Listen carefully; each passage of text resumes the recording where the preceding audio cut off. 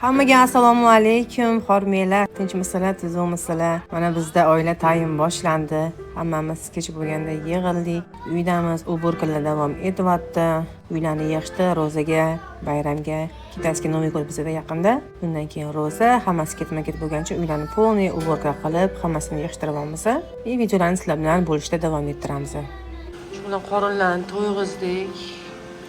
Namoz vaqti keldi. Dadasi akasini kutyapti.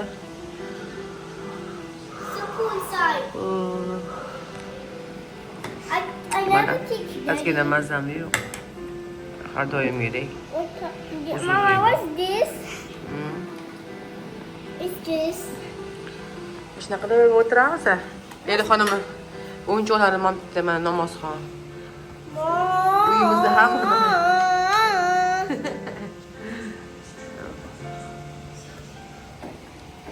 Ama joy namoz ko'rsatmoqchi emaslar. Juda ham chiroyli joy namoz, juda ham zo'r. Ayniqsa yangi namozni boshlaganlar uchun. Temur bizda yangi boshlaganda. Mana. Mana shunaqa. O'sha yozilgan, hammasi yozilgan. Va nihoyat uylarni yig'ishtirib tugatmasdan yana biz ko'chaga chiqdik. Ovqatlanish kerak, qorin to'yg'izish kerak. Bu bizning qishlog'imizda shunaqa joylar bor, o'yingohlar bor, har xil, bilyard, nima deydi bu yerda? Bizlar guzarimizmi? O'zbekchada nima deydi? Guzar bo'lardi, mahallada shunaqa joylar bo'lardi. Shunga o'xshagan ovqatlanish joylari bor, har xil. Shu yoqqa keldik. Mana zakaz qildik bu yerda. O'rdak go'shti, mol go'shti, tovuq go'shti. O'rdak go'shti juda ham mazali bo'ladi, bilasizlar.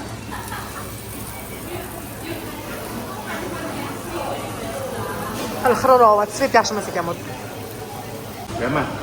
Shunaqa suplari bor orasida, atrofida, ustida barbekyu nasi. Shunaqa pishiriladi. Ichida lag'monlar bor, hali pishgani yo'q. Hadeb ovqatlarni ko'rsataveradi deb yozganlar uchun har bir davlatda o'zini qiziqarli ovqatlari bo'ladi. Shuning uchun men bo'lishib boraman. Sizga yoqmasa ko'rmasligingiz mumkin. Misol uchun mana boshqalarning videosini ko'rganda albatta ovqatlariga qiziqib ko'raman.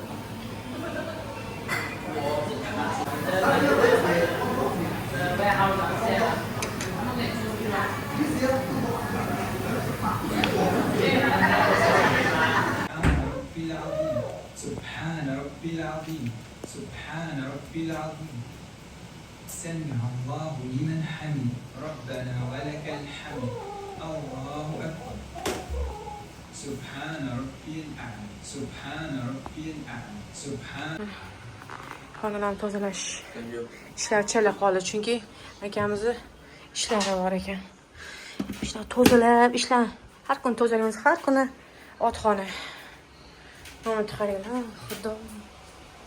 Bardak xon bilan necha kun yig'ishtiraman, necha kun. But can you please tell me to the rest of you? Bor assalomu alaykum hammaga, hammalarga xayrli kech. Bizda hadam uylar yig'tirish bilan hamma yoq hech tugamas. Mana bugun happy birthday to my son. 14 yoshga to'ldi mani bolam. Charchab kelgan maktabdan. Senga holi yo'q, shaqqa bormadik chunki dadasi uyda ovqatlanamiz dedi. Temur charchab kelgan soat 6 da keldi uyga. Steak. Shunani gullatyapti dadasi bu steaklar bilan. Wow. Shu bilan bizda ovqat time, hammaga yoqimli ishtaha. Wow, krasota. Pasta. Wait, no. Birthday party ma you off. Bismillah.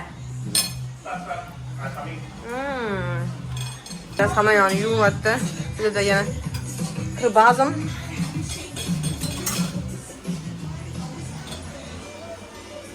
Cheers. Cheers. Happy birthday, Leila. Happy birthday, Timur.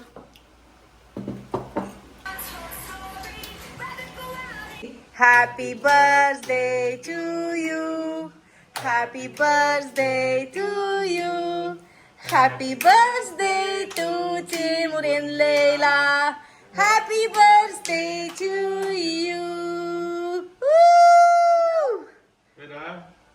1, 2, 2, 3. 3. Okay. Okay, 1, 2, 3. Woo! Hey, one more time. Give her. Hey, dis-moi. Et toi, tout ça, il y a un mouth. Hey. Okay, là. Leila. Elton.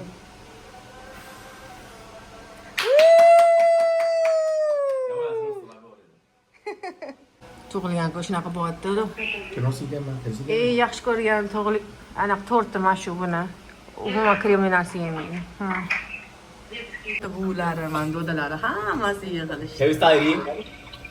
Well, grandpa, are you ready, guys? Oh yeah. Happy birthday to you. Happy birthday to you. Happy birthday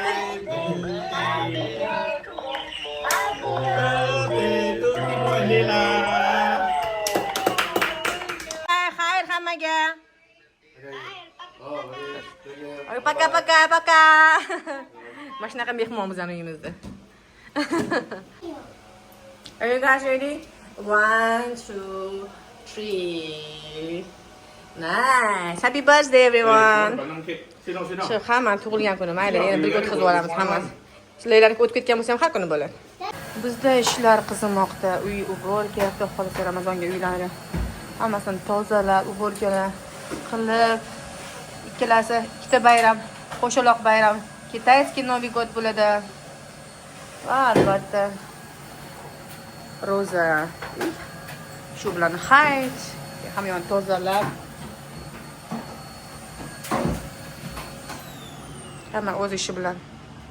Xolisi bitirib oldik. Endi sekin pardalarni olsak, shu bilan ikkita xona bugunga tugadi. Bu dadasi yotibdi hozir. Leila men bilan. Hozir yotamiz dadasi bilan. Dadasi bu yerda yotardi, hozircha chiqib ketdi.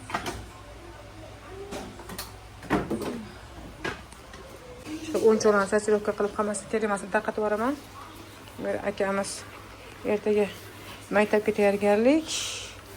Bu yerda mana hammasini chiqib korobkalarni chiqarib, hammasini ajratib.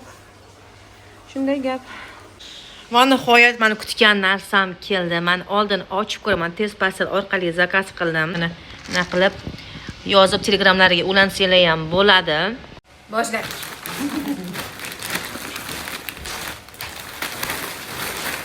Mana sizlarga nima zakaz qildim. Kesilvadan keyin nima tavsiya qilasiz? Qo'ringa nima tavsiya? Men ham sizlardan ko'rib, men ham reklamalardan ko'rib, odamlarning tavsiyasi bilan narsalar zakaz qilaman, bilasizlar.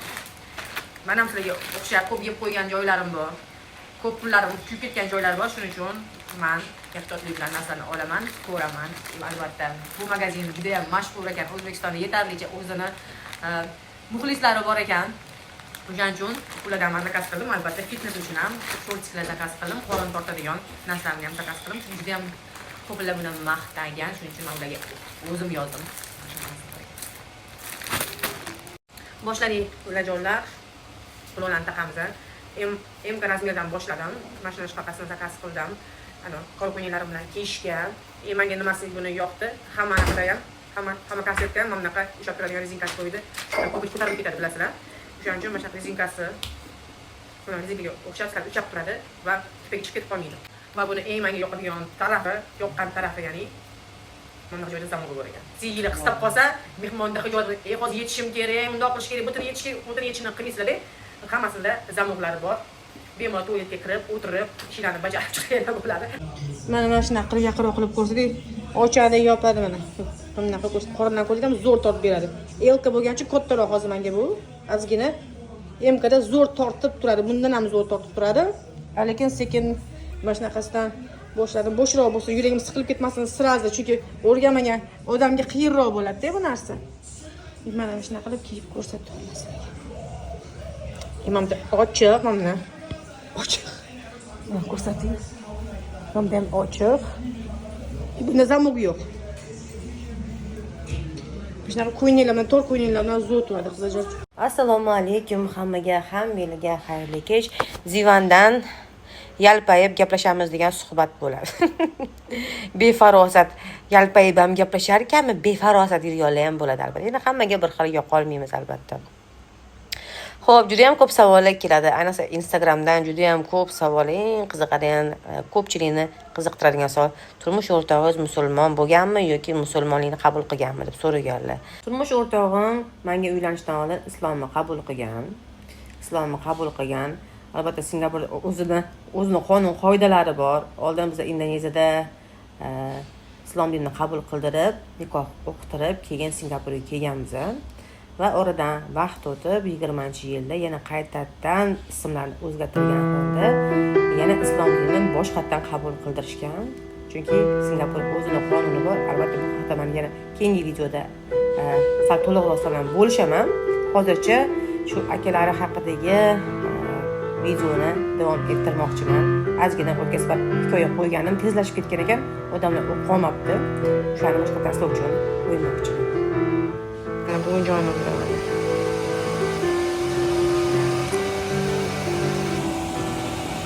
O'sha paytdagi Mamutning kalitlagan soatlari anaqa rasm chiqardi. O'sha paytga chiqaram. Shuni ham hammasi